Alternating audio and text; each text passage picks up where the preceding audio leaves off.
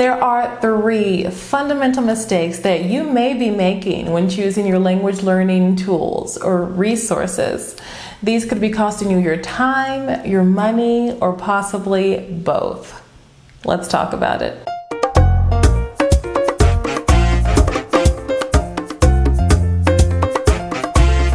What's up, language leaders? Welcome back to the channel. We're all about helping you love, learn, and live a new language. If you're new here, welcome. My name is Erica. I publish videos here every week in English, Spanish, or sometimes French about language learning and culture. So if you have not yet subscribed, what are you waiting for? Subscribe and hit the notification bell so that you don't miss any of my videos. Now, in a recent video of mine, I broke down the entire framework to fluency, as I call it, my entire system for language learning. And if you have not watched it, go check it out right after this one. I also made a free guide to go along with that video, so definitely get a copy of that. It's completely free, ericaelsewhere.com/framework, and I will link to that below as well. So in that video, I recommended that you choose 1 or 2 main resources when you are beginning your language learning process, and do your best to stick with them for a time.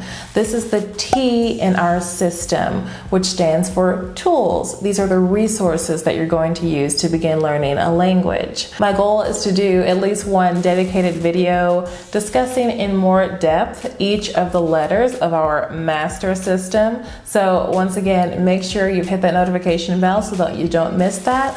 And once we've completed with that series, I will put it on a playlist for easier access.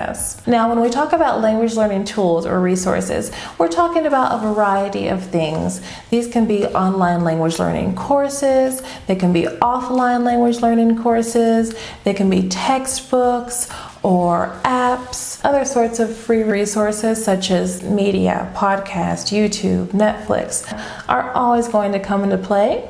But where people have the most questions, where they get the most stuck, is on language learning programs, systems. So that's what we're discussing mainly in this video. Now, when choosing their language learning resources, there are 3 main mistakes that many language learners make, and we're going to be discussing each one of them individually. The first one is not doing research. So a lack of research on the product that you want to purchase or that you want to use can really set you back. So we talked a little bit in my video entitled Framework to Fluency about the importance of thinking about yourself and how you enjoy learning things and how you like to study. That's the S in our system. However, it's just as important to research and think ahead of time about what tools you're going to use in your study routine. So one of the things that you're going to think about first is, does this tool match up with my goals? For example, if my main goals are to be able to understand and speak the language, is this tool really helping me with those 2 things? Or is it more of a vocabulary system, fill in the blank sort of system? Is it helping me more with my spelling? Not that there's anything wrong with that, but if your main goals are speaking and understanding, you have to make sure that most of your time is spent towards those main goals. Now, if you realize that something you've been using that perhaps you enjoy isn't really helping you progress as fast as you would like to, that doesn't mean that you have to stop using it completely if you don't want to.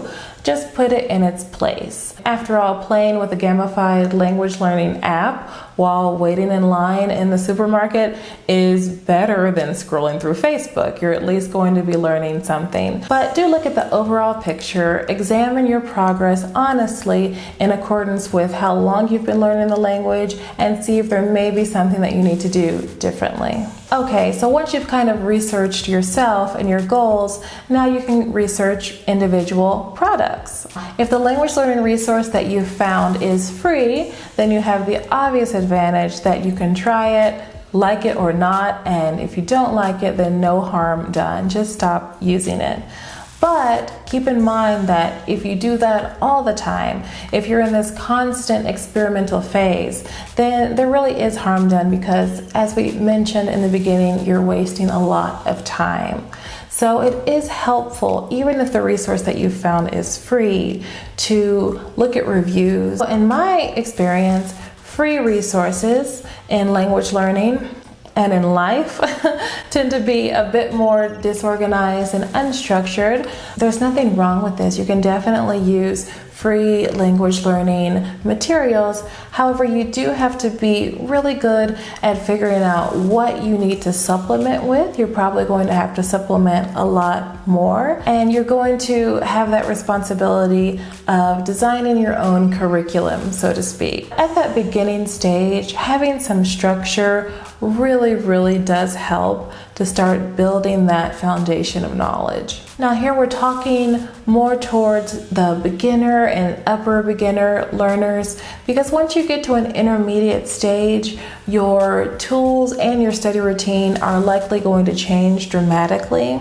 But here we're mainly focusing on how to get started, what to use when you're starting to learn a language to get the best foundation. Now, this is not to say that all paid resources are good. They're not. This is why this research phase is very important, so that you can hang on to your money. When you come across a program that you like, read reviews, make sure that your research is coming from places outside of the company's sales page. Check to see if there's a free trial available, and that way you can jump right in and see if it's a system that you like to learn with. If there's no free trial, see how the program works, get an understanding of it. Check the format. Is it something that you can picture yourself using every day or every other day? Could you be consistent with it? Does it seem fun and enjoyable for you? It is very important to remember that if you want to become conversational, if you want to learn to think in the language and put things together, then the language learning resource needs to be based on conversation or stories, one of the two or both. But somehow you need to be taken along a journey. If your system is very random, if it's mainly flashcard based, this is not what you're looking for in your main resources. Flashcards and things like that are an awesome thing to include in your routine as a supplement. But when you're learning a language and learning how things go together and struggling with that motivation before you get to that conversational level, you really need to be exposed to a lot of language, even if you don't understand all of it. So make sure there's enough dialogue, story, something so that you can see where all of the pieces of the puzzle fit together. I have linked a couple of my favorite resources in the description box below. I've examined these both from the perspective of a student learning French as well as a Spanish teacher, so I approve them for both languages. Of course, you are an individual. There may be other things that you enjoy, but you guys ask me all the time what I'm using, so I have linked that below. Don't choose a grammar heavy resource in the beginning unless you just love grammar. There really are some people that just love grammar, but even if you are one of those people, try to put it in its place. You do need some grammar to learn how to put sentences together, otherwise it is very frustrating. But think of the grammar as the cement for the bricks that are holding the walls of your house together.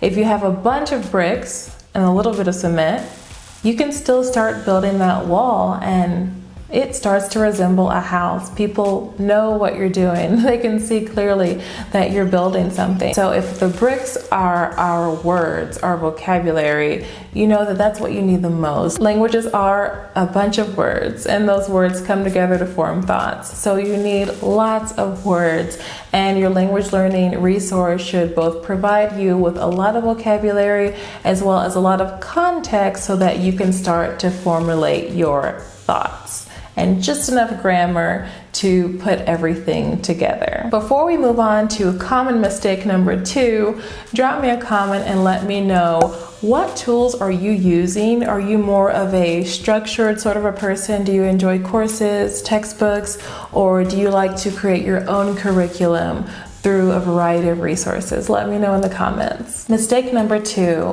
having unrealistic expectations.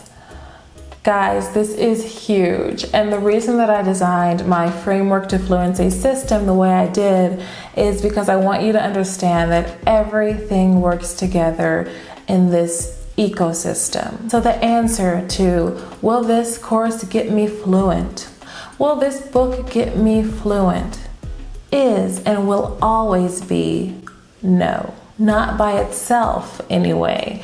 In the same way that your pile of bricks and your little bit of cement are wonderful and they're the walls of your house and they're essential, but they're not the complete thing. If that's all you build, you still don't have a roof. You don't have plumbing, you don't have electricity, your house is not functional yet. So if you want to be able to use your house or use your language freely in conversation, there are other things that you need to do, and we discussed that in the Framework to Fluency video as well.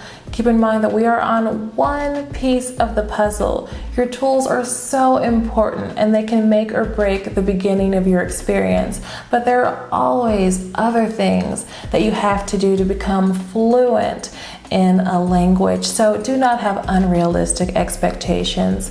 Put your tools in their place, understand how they're helping you towards your goals, and make sure that you're never neglecting the other parts of your system. So far we've done our research. We have realistic expectations. So there's only one more mistake that we have to avoid: a lack of consistency. I have more tips on how to stay consistent in this video, but understand that consistency is going to help you avoid analysis paralysis. It's going to help you avoid resource overwhelm. Why? Because you won't have time to look at everything else that's going on, all of the other ways or products that you could use to learn a language, because you're too busy with yours. You're too busy learning. Consistency, discipline is so important because progress is motivational. When you see how far you've come, when you see yourself accomplishing your goals, that is motivational. We're motivated when we see results, and we have to stay consistent in order to see those results.